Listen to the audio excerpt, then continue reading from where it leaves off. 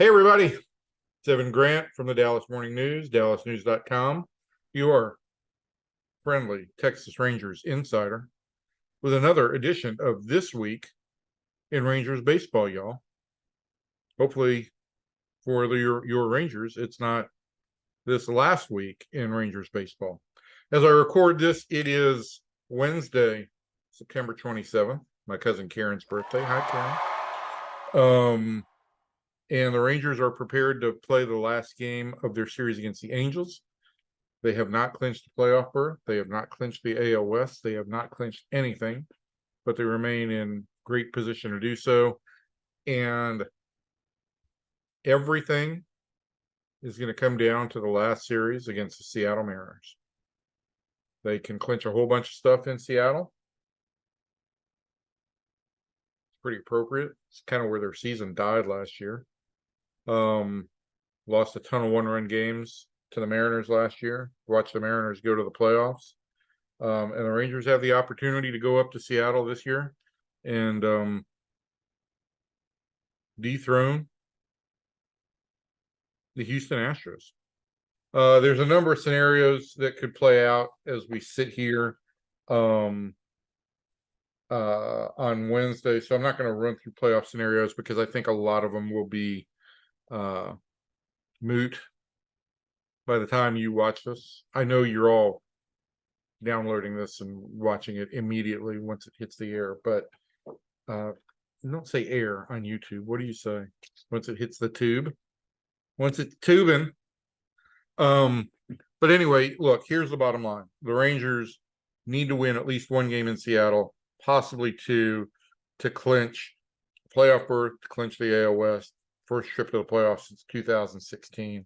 They have done a great job of putting themselves back in position to do that. I think in a 5-week span, the Rangers had a 8-game swing from first to third and back to first again. And I'm kind of zipping my little cursor around as I do that. So I'll try and stop that because I'm annoying you or me. You probably can't see it, but I can. All right, so here's the deal. This series is going to come down, this season is going to come down to the final series of the year. Can't really ask for anything more from a team than to be playing games that really, really matter the last weekend of the season. And there was a couple things I wanted to point out. Rangers haven't gone to Seattle since May. Lots changed since then. They won 2 one-run games in Seattle in May. That series was close. They lost a 5-0 game, and then they won 2 one-run games. And what's amazing is in those 3 games in Seattle, this team struck out 38 times and took 2 walks. How they won 2 games, I don't know. They pitched really well. That was a point in time when everything on the pitching staff was going really, really well. Clearly, that's changed. Pitching staff has changed due to injuries and attrition. But 3 games that they played in Seattle, Corey Seager did not play. That's when I believe he was nursing. Well, he was nursing his first injury of the season, which kept him out a month. So he did not appear. So the offense was clearly not what it could be. The concerning fact here is that Corey Seager is a great hitter. He also has made it very clear that one of the reasons he wanted to come to Arlington, or one of the reasons Arlington did appeal to him, is he loves the hitting background there, and he's crushed balls at Globe Life Field. T-Mobile Park, not so much. He's played there in 3 different seasons, 20, 21, and 22. Has a 132 batting average there with just 1 home run. So it has not been a park that, while it appealed very much to his brother Kyle, it doesn't appear to appeal,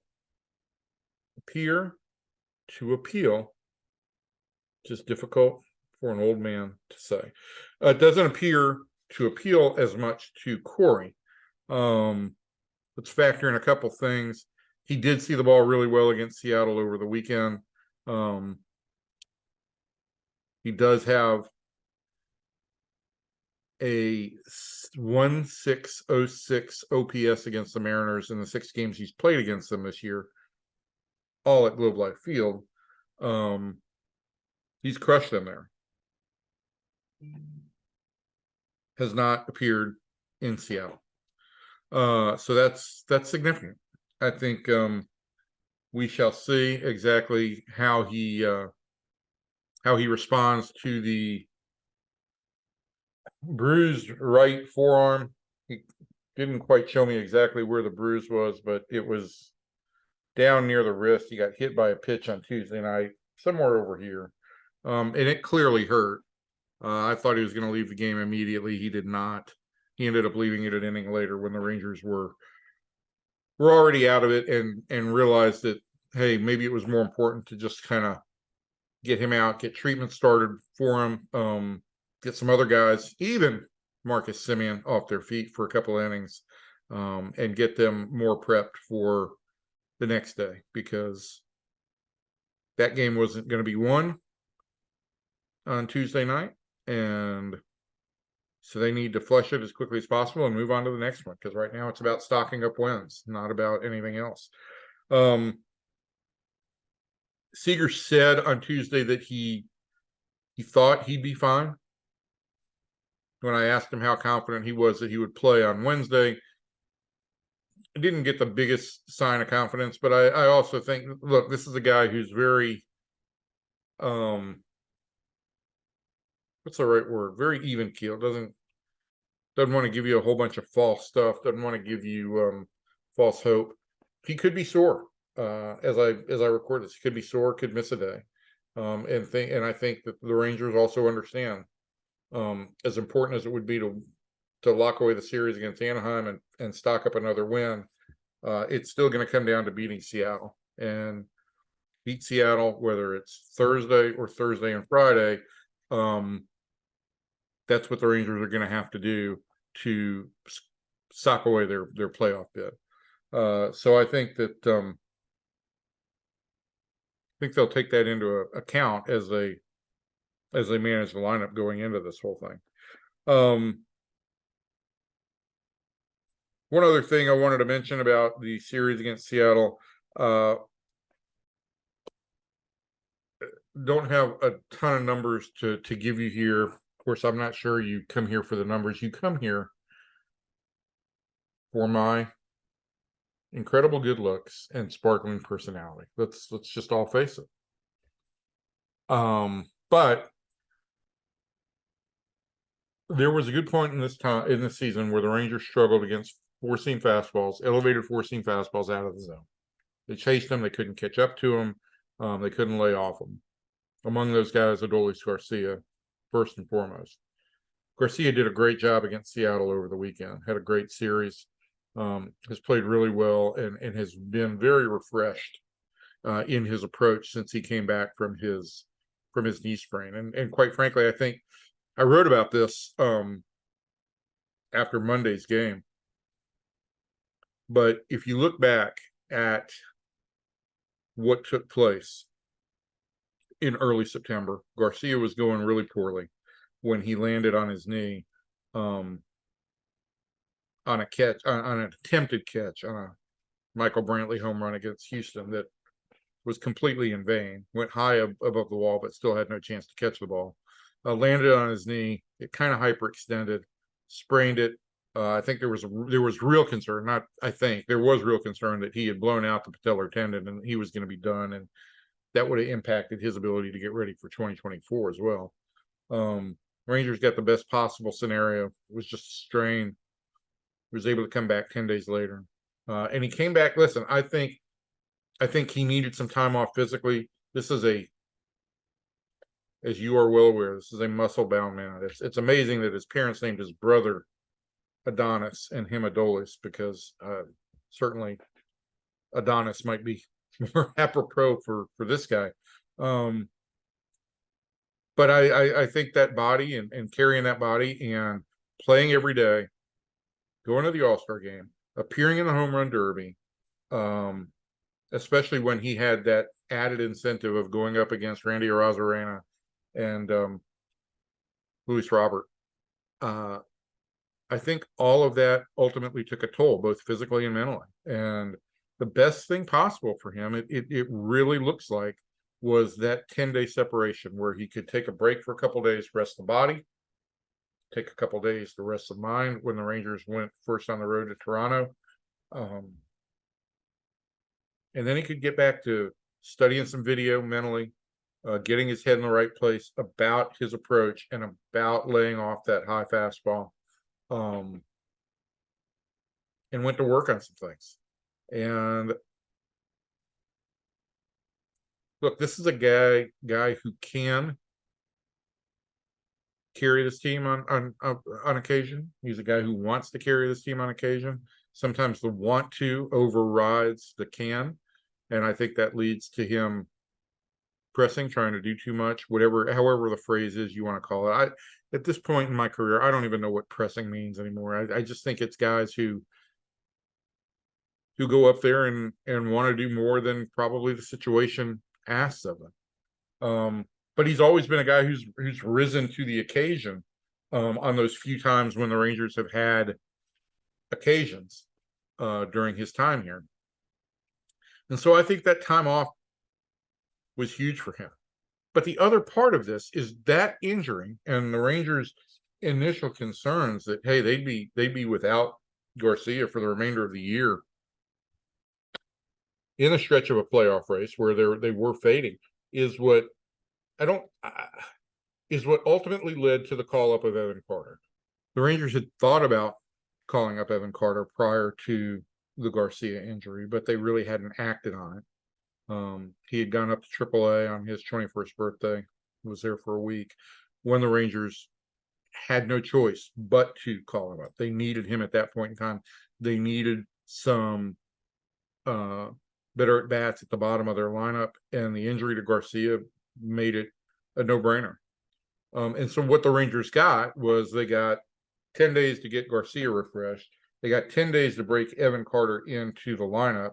And now what you've got is you've got a guy at the bottom of the lineup, particularly against right-handed pitching, of which the Rangers face a lot and would face a lot in the postseason, who's got a really disciplined approach.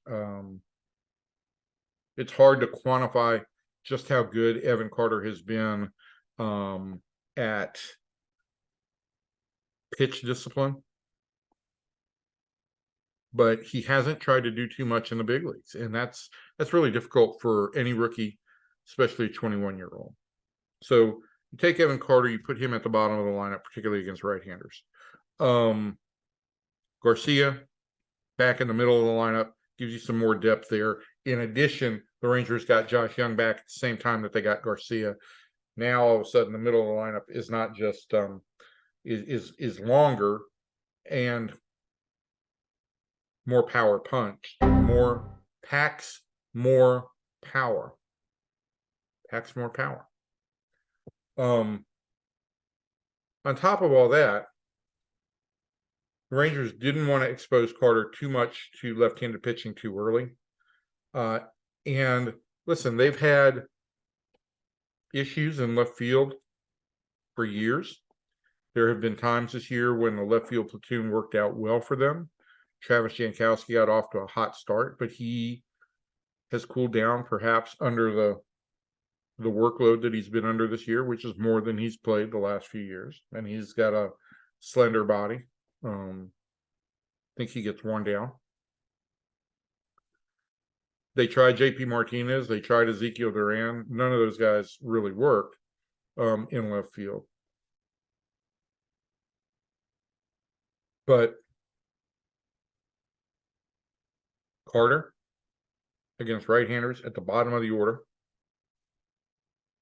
Grossman against left-handers, hitting from the right-hand side where he's got about a 950 OPS, gives the Rangers the ability to get another right-hander up high in the batting order, slide Nate low, who has not had the same success against left-handers that he had last year, down some, and it just makes for a more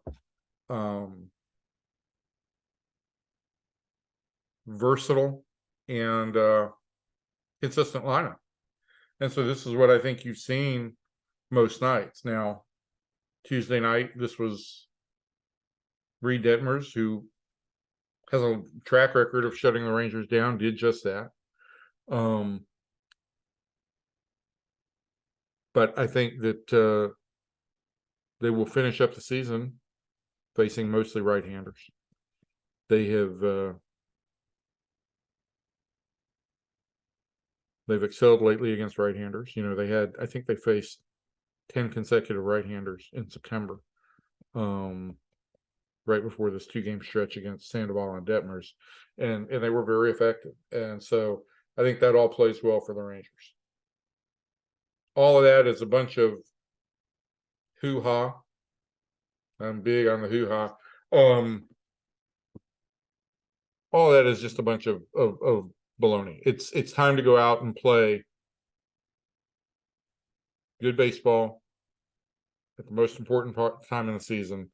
I said it 2 weeks ago that the Rangers 7 games against Seattle at the end of the year, 3 in Arlington, 4 in Seattle, were the start of their playoffs. It was a best of 7.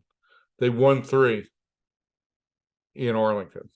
They're still going to have to win at least 1, maybe 2 in Seattle to salt this away. The playoffs have started. They're facing Seattle in the first round of their playoffs, and I think it's a good test for them in every way, shape, and form. So I'm excited to watch what happens this weekend in Seattle. Hope you are too. It's been a great regular season to cover. There have been so many highs and so many ups, so many downs. I've said this to fans so many times when I've seen them out or even online. You know, a baseball season is unlike anything else because of how long it is and how much teams play, and every night you can get too high or you can get too low, and that's part of the fun of being a fan. Players can't do it, managers can't do it, but that's part of the fun of being a fan. And I think that the thing I would say about this regular season at this point is the Rangers have wrung so much emotion out of fans. You know, you as a fan, you have an emotional investment in the team. And when they go through a season like this where things are going so well and you feel like, hey, nothing can beat them, and then things go so bad and you feel like it's the end of the earth, and then constant give and take. At the end of it, it's fun. It's been a fun experience. This is why you watch baseball. Winning championships are the dream. Winning championships are hard. I'm not ruling out anything about the postseason this year. I'm just saying that from game 1 through, as we sit here now, through 157, this has been a great ride. It's been hard to chronicle on occasion, but I hope you've had as much fun during the regular season as I have, and hopefully postseason for you guys will also give you more of a ride.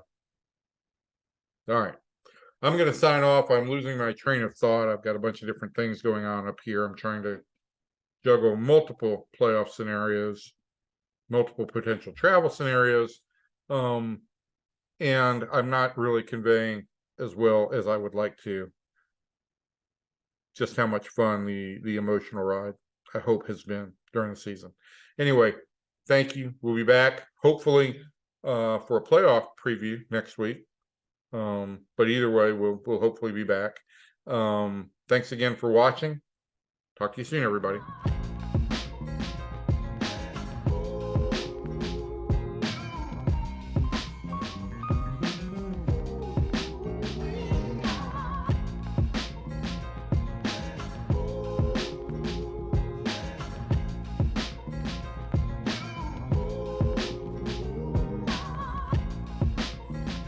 This is good video.